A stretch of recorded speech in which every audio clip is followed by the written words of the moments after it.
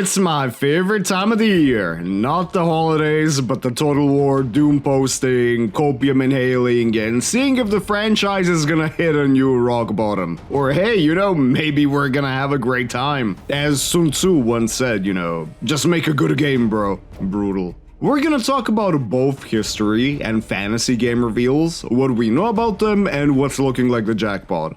If you got any prescriptions or ways to calm down, now's the time to take him like your doctor advised you, because I'm gonna say things that might hurt you a lot. When it comes to history, we have a lot of interesting options, but most of them are unlikely. No, Pharaoh 2, get back in the corner! I really want to know what you're expecting, besides disappointment, so please write it in the comments for entertainment's sake. I know you want to watch 2 billion peasants die in the smallest Chinese village skirmish, but if, buddy, you're still expecting a Free Kingdoms 2 announcement, bro, I want to have what you're having. It's been 4 years since it was brought up, and with no news since, with the future of video being renamed, and plenty of leaks saying it was executed behind the scenes, I want to be proven on this wrong. If that happens, I'm gonna book a ticket to China and personally beg Xi Jinping to give me back my social credit score and not send me to a re-education camp, though he's probably gonna do it anyway.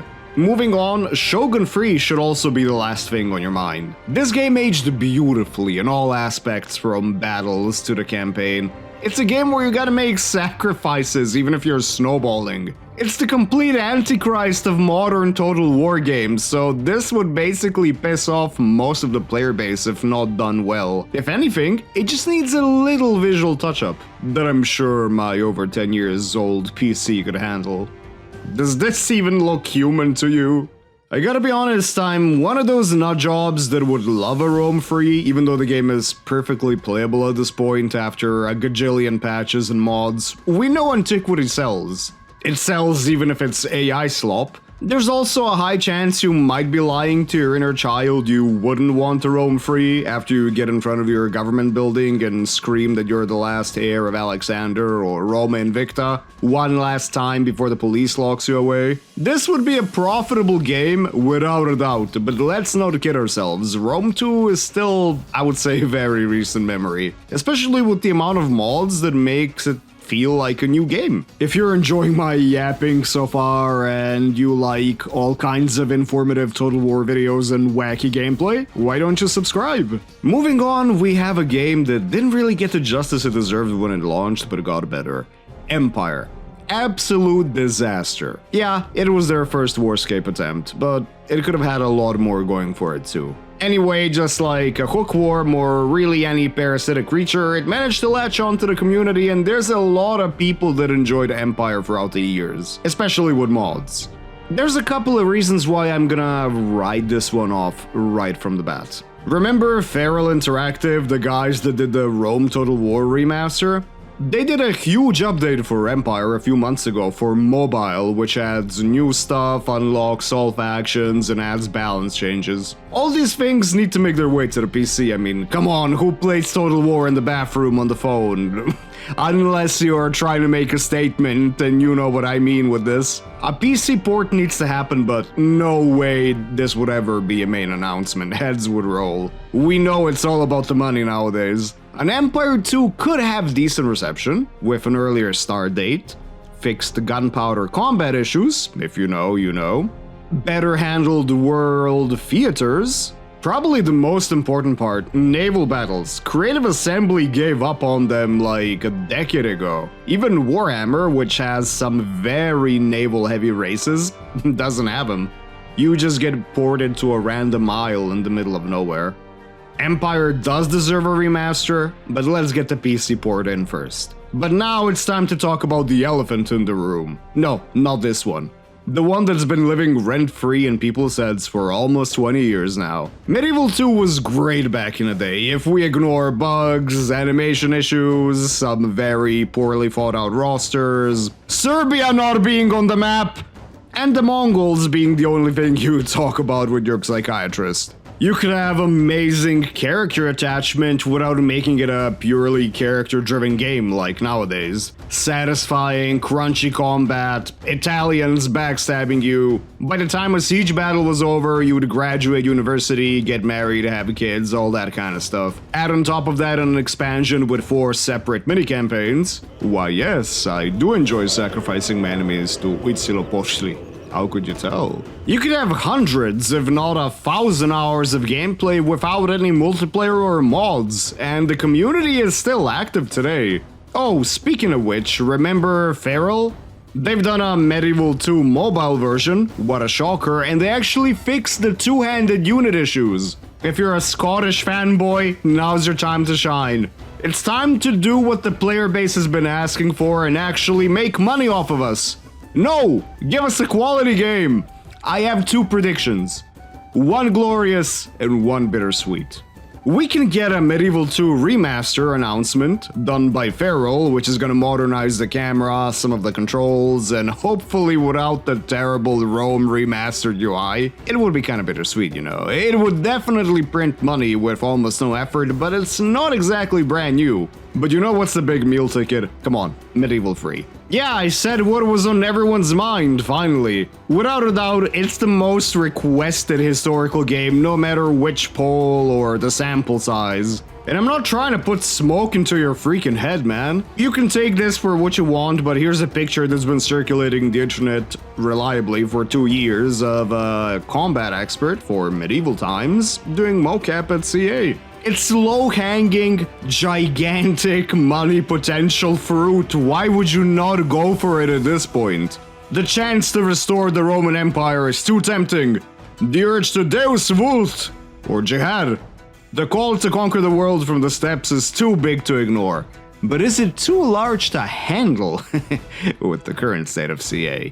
Well, that's something we unfortunately have to wait and see, you know, but this is a game that, without a doubt, could restore Creative Assembly, if well done, or put the final nail in the coffin if it's undercooked. I'm not even gonna imagine what would happen if a Rome 2 launch level disaster struck. We obviously want a well-made core game, no matter what, and if it's good enough, I'll gladly throw out some money for quality DLC. I hope some of you were around in Rome 2 where you were mostly sold low-effort starting positions in the occasional meta-defining faction or unit. Medieval 3 has way too much potential with faction diversity when it comes to gameplay and starting positions, and units from Western Africa and the British Isles all the way to an expanded part of Central Asia because the original map was barely there. You could also have South Asia too. Oh, before I get actually by somebody, we would also have historically attested Mongol rulers regardless of the start date. You don't have to wait for Chinggis in my perfect little world. If this gamble turns out to be accurate, you can expect a crazy content output on my channel when it comes to historically accurate warfare and rosters of the time. Now, moving on to fantasy. If you thought it was over for Creative Assembly's favorite cash cow, it ain't! We're gonna get more Warhammer 3 content, even with a new fantasy title in the works. We're still missing so many characters from the game. Come on, we've been begging for Mommy Neferata for years. Prince Apophis, Egrim van Horstman, and Dumb and Dumber, aka Fanqual and Bone Reaper, are just the tip of the iceberg. There are still race updates that need to happen. Look at the vampire counts being all sad in the corner. The Red Duke needs a proper rework and a full faction. And it's the best way to show that the only good Frenchman is an undead Frenchman. Do I really need to continue? They're still missing units from supplements, we're still missing so many characters in general, and some of it can be filled with free content updates as well. Besides another big DLC and fixing core game issues which seem to pop up, you know, quite often, it's time for the end. The end times makes perfect sense to cap off the series because, hey, you know what? It introduces the actual end to the setting. If you thought the current endgame crisis scenarios are punishing, wait till you see what the actual end times were. Now you get the choice: are you gonna be Manlet von Kackstein and doom the world because of ego, or go isolate yourself and fight chaos until you die because you found out your goddess was in fact an elf manipulating you? Yeah, apparently it sucks to be French even in fantasy. No matter the answer, an end times DLC could be the final big update for the game, with way too many new units on all sides. I mean, come on, look at the Glotkin. Do you think they were just made to look pretty on a website and force you to go sell a kidney or two to afford the models? Especially if you live in like a, I don't know, fourth world country like me. I know a lot of people would hate it. That's like a fact. But it would print money and, you know, something that's unfortunately the most important thing for CA.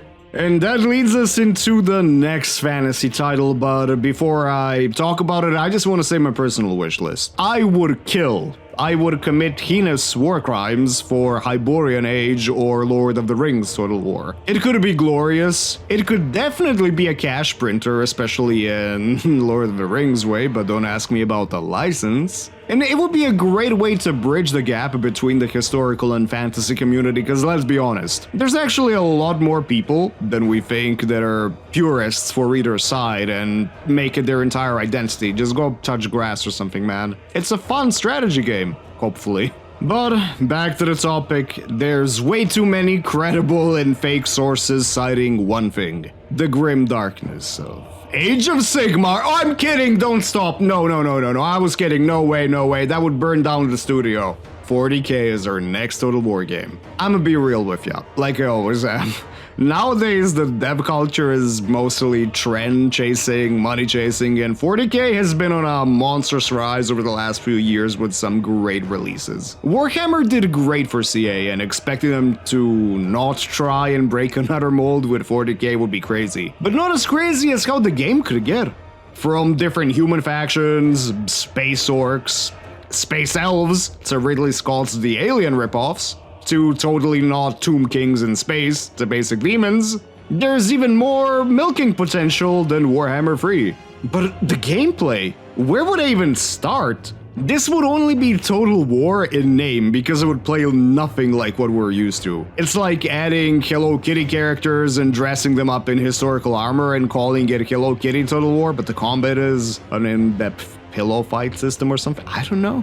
40k has brutal melee with chainswords, thunder hammers, and a bunch of other stuff. Don't get me started, right? And the shooting game is even more diverse with different types of guns, different ammunition, range, purpose, and you got aircraft, tank, artillery support, and even crazy stuff like giant mechs.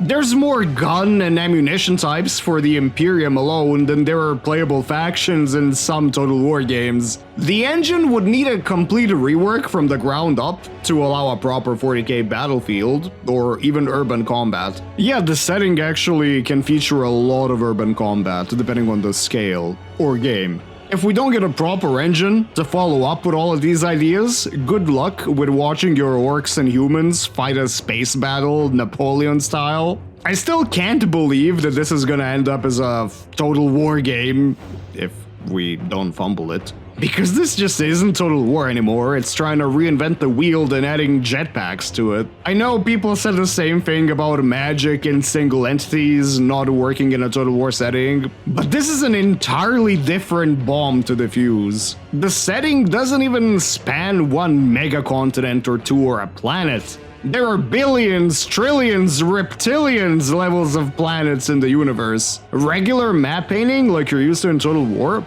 wouldn't just work like that. It would have to be done either by sectors, which could have a few planets to fight over, or put it on one planet only. That would be more in line with Total War, but it would be a cheap cop-out and kind of Dawn of War-y.